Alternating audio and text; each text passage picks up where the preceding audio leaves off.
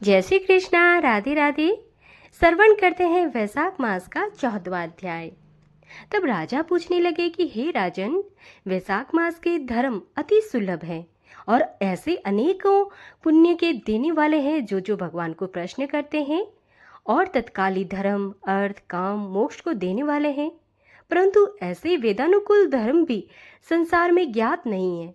अनेक प्रकार के राजसी धर्म और तामसी धर्म ही इस संसार में विख्यात है। इसका क्या कारण है? श्रुति देव कहने लगे कि हे राजन, संसार भोगों की इच्छा रखने वाला मनुष्य अधिक संख्या में है, इसलिए रजोगुण और तमोगुण अधिकांश में पाया जाता है। परंतु बहुत थोड़े मनुष्य ऐसे हैं जो केवल स्वर्ग के अभिलाषी हैं तथा मोक्ष प्राप्ति के साधन करने वाले तो बहुत ही कठिनता से मिलते हैं। इसलिए राजस और तामस कार्य अति प्रसिद्ध है, परंतु सात्विक धर्म बहुत कम, जो कि भगवान को प्रश्न करने वाले हैं। यह धर्म क्योंकि इच्छा रहित है, इसका कारण इससे लौकिक और पारलौकिक सुख के साधन होते हैं। वैष्णवी माया से मोहित होकर मनुष्य इसको समझता नहीं है। जैसे आधिपत्य के प्राप्त होने पर मनुष्य के मनोरथ पूर्ण होते हैं, परंतु वैशाख मास के सब धर्म सात्विकों के लिए किए गए हैं और यही सतोगुणियों का ही धर्म है।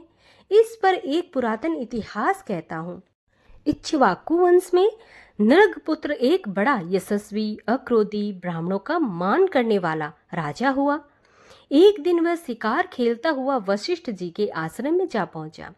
वहां पर उसने देखा कि आश्रम के मार्ग में वशिष्ठ जी के शिष्य ने कहीं प्याऊ लगा रखी है, कहीं छाया मंडप बना रखा है, कहीं बावड़ी साफ कर रहे हैं, कहीं बैठे हुए लोगों के ऊपर पंखे से हवा दे रहे हैं, कहीं सुगंधित वस्तुएं और फल बांट रहे हैं।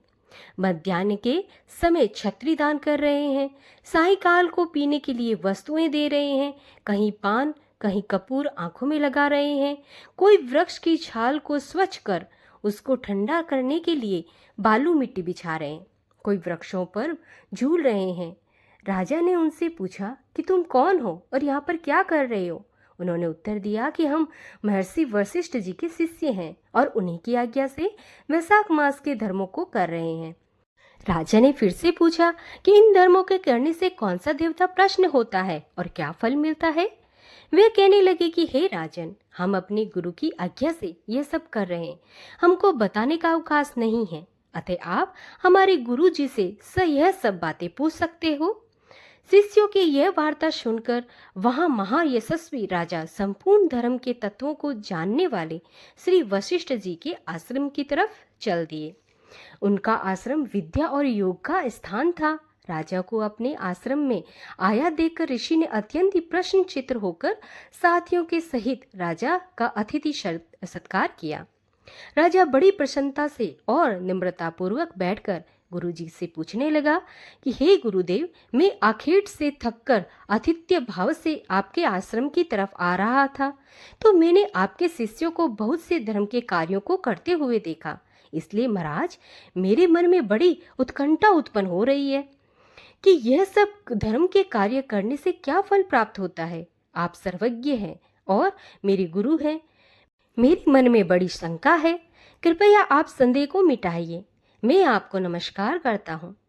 वशिष्ठ जी कहने लगे कि राजा, ऐसा प्रतीत होता है कि तुम्हारे पुण्य फलीभूत हो रहे हैं। जो तुम्हारी बुद्धि भगवान की कथा और उनके धर्म के तत्वों को जानने में लगी है, तुम्हारी बुद्धि अत्यंत पवित्र और सुशिक्षित है। जो प्रश्न तुमने किया है, हम हर्षपूर्वक उसका वर्णन करते हैं। इसके सुनने मात्र से बहुत से पापों का नाश हो जाता है, जो सब धर्मों को छोड़कर विषयासक्त हो जाता है। यह वह भी यदि प्रातःकाल वैशाख का स्नान करे तो भगवान का प्रिय हो जाता है।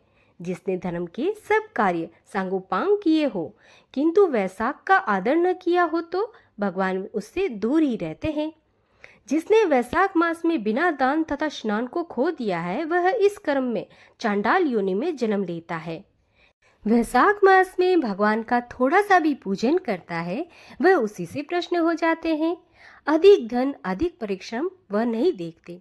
वैशाख मास के धर्म अति सुगम है तथा भगवान को प्रश्न करने के लिए उनमें श्रम भी थोड़ा व व्यय भी अधिक नहीं करना पड़ता। इसलिए जो वैशाख मास के धर्मों को नहीं करता है वह दंडनीय है। इस प्रकार ऋषि ने राजा को सब शास्त्रोक्त वैशाख मास के धर्म समझाए। तब राजा सब धर्मों को सुनकर तथा यथोचित गुरु की पूजा करके अपने घर को चला गया और घर पहुंचकर वैशाख मास के सभी धर्म करने लगा। तो भक्तों, यहाँ पर वैशाख महात्म्य 14वां अध्याय समाप्त होता है। कल हम श्रवण करेंगे 15वां अध्याय। श्री कृष्ण गोविंदे हरे मुरारी, हे नाथी नारायण वासुदेवा। श्री कृष्ण गोविंदे हरे मुरारी, हे नाथी नारायण वासुदेवा। जय जय नारायणी नारायणी नारायण, लक्ष्मी नारायणी नारायणी नारायण, श्रीमन्नारायणी नारायणी नारायण, लक्ष्मी नारायणी नारायणी नारायण।